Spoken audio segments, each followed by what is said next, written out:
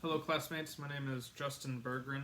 I'm a certified flight instructor in Nevada, and I'm finishing my Master of Aeronautical Science to further my aviation education and career. So I've decided to talk about the legal implications of COVID-19 in aviation and everything that it entails for the paper. So first, our delays and cancellations are a major issue that the aviation industry faces with the COVID-19 pandemic.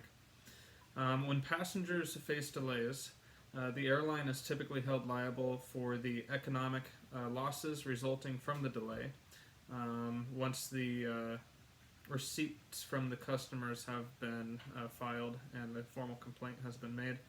So the airline can be responsible for anything from travel fees to hotel fees, possibly even food.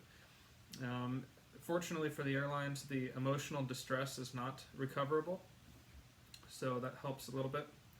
The airlines carry a force majeure clause, making them only liable for refunding the ticket if the flight is canceled. So as far as the ticket fee goes, they're not going to be held liable for the ticket fare for a delay. And so if the flight is fully canceled, then they're just faced with refunding. They're not really going to be faced with anything to do with personal losses there or damages. So due to the COVID-19 pandemic, there have been many delayed and canceled flights, which we'll get into. But most airlines have waived the cancellation fees due to the COVID-19 pandemic, and this information is from NEMSIC 2020. So it really depends on the type of cancellation, whether it be a passenger ticket cancellation versus an airline cancellation of a scheduled flight. According to the complaints of 2021, they stated that the airlines are faced with refunding nearly $15 billion owed to customers for refunded canceled flights. This is a 5,500% increase from 2019, according to complaints of 2021. They stated that there are 90,000 complaints in 2020 versus only 1,500 in 2019. And in 2019, or from 2019 to 2020, they stated that there was a 96% decrease in air travel customers. Complaints 2021 continued and declared that the air carriers are required to refund customers when they cancel a flight. However, they are not legally bound to refund the fare when a customer cancels.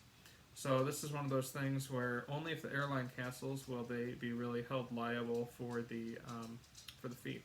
Now, cancellation fees, as I mentioned earlier, have been waived by most airlines for quite a while to handle the COVID pandemic. So, according to complaints 2021, the industry group Airlines for America says its 7 member airlines already refunded nearly $13 billion to customers, even while hemorrhaging cash at a rate of $1 million a day last year, referring to 2020. So a major legal case that I found important for this subject was Howell versus Alaska Airlines, and this was with the Washington State Court of Appeals. An airline passenger sued Alaska Airlines for not refunding their ticket prices. They stated that the non-refundability clause violated the Washington Consumer Protection Act. Alaska, however, argued that the Airline Deregulation Act preempted the claims, according to Pearson and Riley 2015, and you can find this on page 48. The court concluded that the Airline Deregulation Act preempted the passengers' claims by referring to American Airlines versus Wollens, and again, this will be found on page 48. So the COVID-19 passenger claims against the airline, negligence claims towards an airline. Rapidly changing policies regulations, guidelines, and practices for passenger and crew safety, according to NEMSIC 2020, are factors that could go toward a negligence claim. Policies are rapidly changing, regulations are rapidly changing, and so it's imperative that an air carrier, an airline, stays on top of these regulations and is in compliance with them.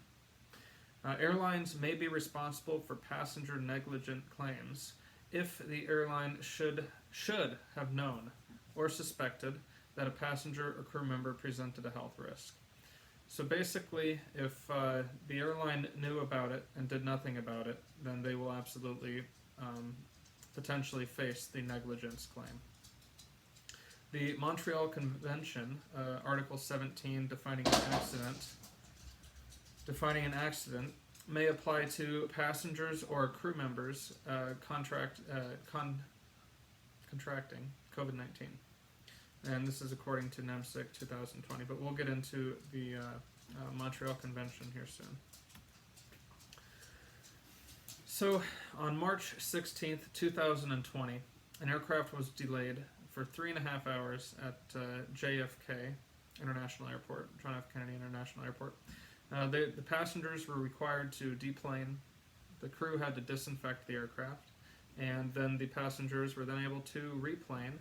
And through this 3.5 hour delay was caused because a passenger alerted crew that they had a COVID-19 exposure. However, they alerted them after the aircraft had been boarded. Apparently, they found out about it after they had already boarded the aircraft, and it caused this delay. The ICAO has implemented standards, so the International Civil Aviation Organization has implemented standards and recommended practices, SARPs, as annexes to the Chicago Convention. And this is to take preventative measures to help prevent the spread of virus in relation to air travel operations, according to NEMSIC 2020. The annexes do require that members establish national aviation plans, and this is to mitigate the outbreaks, the tracing passenger contact after an outbreak.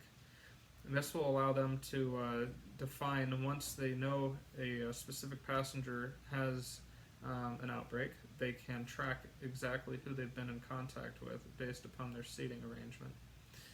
They can handle infected passengers as well as the aircraft cleaning. And these are all factors that NEMSIC 2020 explained had to be considered and maintained and conducted by the airline or air carrier.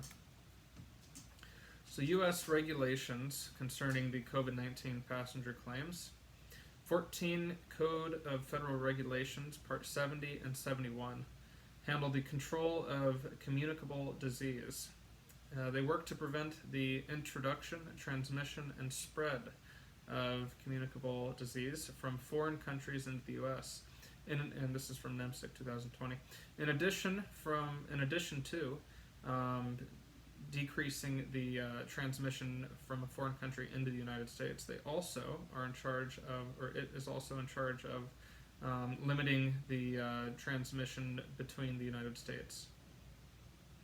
So in 2017, they updated the CFR and found that there is now created a monetary sanction for non-compliance. So airlines or air carriers or operators can now get fined for not being in compliance with the Part 70 and Part 71.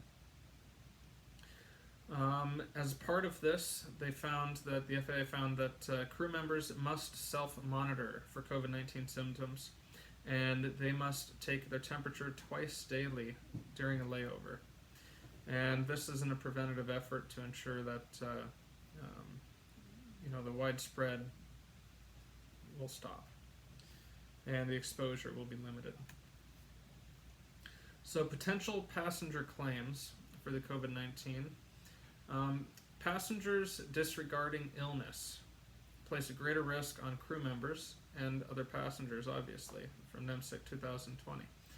And it becomes difficult as an air carrier to limit the exposure to these passengers. Now, I've noticed with most international travel, you're required to get a negative COVID test before conducting that travel. However, that hasn't really been adopted state to state yet. So, these passengers that are disregarding their illness place a greater negligence lawsuit risk for the airline. Passengers who claim that they have contracted COVID-19 during the flight, or even emotional distress from alleged exposure to COVID-19 during the flight, must establish a breach of duty that caused the injury or damages, so to speak. Negligence from the airline, again, according from NEMSIC 2020, there's a whole list of what could be factors here. Inadvertently permitting a sick passenger to board the aircraft could be considered negligence on the side of the air carrier airline. Failure to quarantine or isolate passengers with symptoms in addition would be an additional one. Let's see. Crew members on board who becomes ill during flight. This is a mandatory report, and this is something that can be quite severe if a crew member does get sick or ill during the flight. Failure to properly ventilate and equip the aircraft to prevent the spread of COVID-19 is an additional negligence action on the airline. Failure to notify the appropriate medical authorities of a symptomatic passenger and wait for the assistance at the destination. They're not allowed to just deplane the aircraft. They need to actually wait for medical attention, wait for the proper authorities to show up and handle the situation. Failure to follow applicable guidance and regulations, just like usual, but especially with the COVID-19 relief effort. Failure to follow the applicable guidance and regulations is a major factor for a negligence claim. Finally, failing to notify passengers on a flight after becoming aware that another passenger on the flight had COVID illness or symptomatic with COVID. And so these are all factors that could place the airline liable for negligence. So there are some defenses to these. Due to the highly contagious factors of COVID-19, it can be very difficult for a plaintiff to prove that they contracted the COVID-19 on the aircraft. So, in order to do so, the plaintiff must prove, according to NEMSIC 2020, that they have been asymptomatic for 2 to 14 days before the flight. They absolutely must have not gotten it before the flight or after the flight.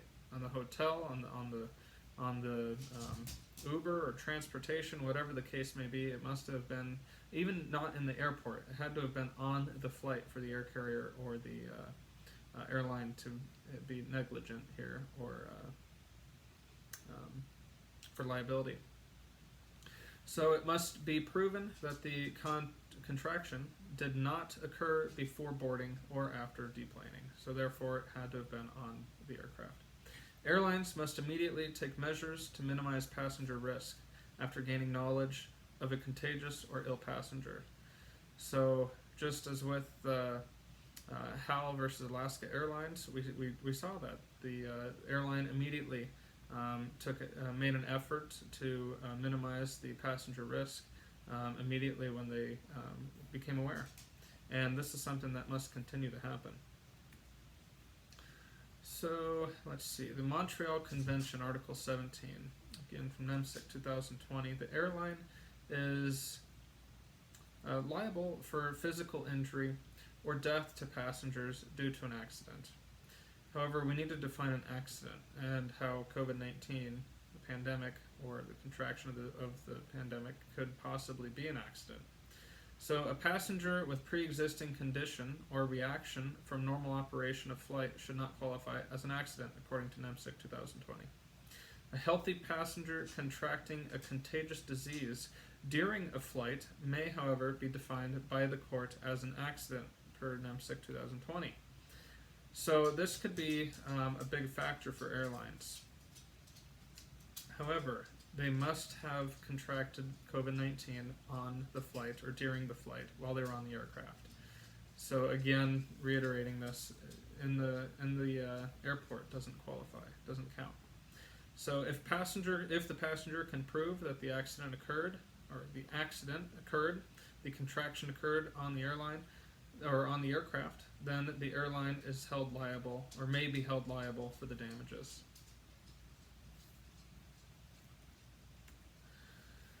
So integrating the biblical worldview into this is actually quite easy. The Lord serves us and is continuing to help us through this global pandemic.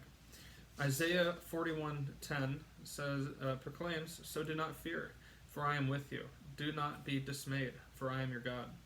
I will strengthen you and help you. I will uphold you with my righteous right hand." It's important to remember that we're not in this alone. We're in this literally together as a globe. This is a global pandemic, and we are not just a nation, but we are nations working together to fight this and overcome. And through the vision of the Lord, we'll be able to do so. In addition, and this is the New International Version of 2011. So let's see. During this time of global uncertainty, the Chronicles 20:12 reminds Christians that we do not know what to do, but our eyes are on you. So we are seeking guidance from the Lord for health and safety through these times. Finally, one that really speaks to me is 1 Peter 4:8, which proclaims that above all, keep loving one another earnestly, since love covers a multitude of sins. And I think this is the most important, because serving others and working to treat others with respect and how we'd like to be treated, and going above and beyond to not be selfish but to help others. I really think that speaks in multitude, obviously, because we are working to become a better world. We're working to become better humanity, and this can only be done by caring for others. So moving forward, I think minimizing liability as an air carrier or an airline is critical. To minimize the liability, air carriers must continue to follow the ICAO safety and health considerations regarding COVID. As we see with the various states, stages are being lifted, and then they're implemented again, and it's just critical that we remain strong and keep fighting this to minimize the amount of legal processes that can happen against the airlines. Passengers with possible symptoms must be identified and denied entry to the aircraft. This could definitely raise a little bit of controversy. However, I think this is essential, because when you're traveling internationally, you're required to fill out a COVID-19 form and a negative COVID test. However, going state to state, this is not a requirement. And so maybe if we were to do that, we would be able to minimize the spread quite a bit more. So executing immediate corrective action once air carriers become aware of the possible or possibly ill passenger is an additional action that must be maintained to minimize the liability of the air carrier. Customers must follow quarantine requirements before conducting air travel. And I talked about this just a second ago. I think a negative COVID test before being permitted to be on the aircraft could be a major benefit to prevent the spread, to ensure that no one on the aircraft is affected, and that's going to therefore greatly reduce the lawsuits that would be going toward the airlines. And finally, implementing more strenuous questionnaires regarding the quarantine or requiring the negative COVID test, I think, is going to be a major benefit. So thank you for listening. I really appreciate it. And I think through this we'll be able to get to the other end and hopefully start recovering the world together. Thank you.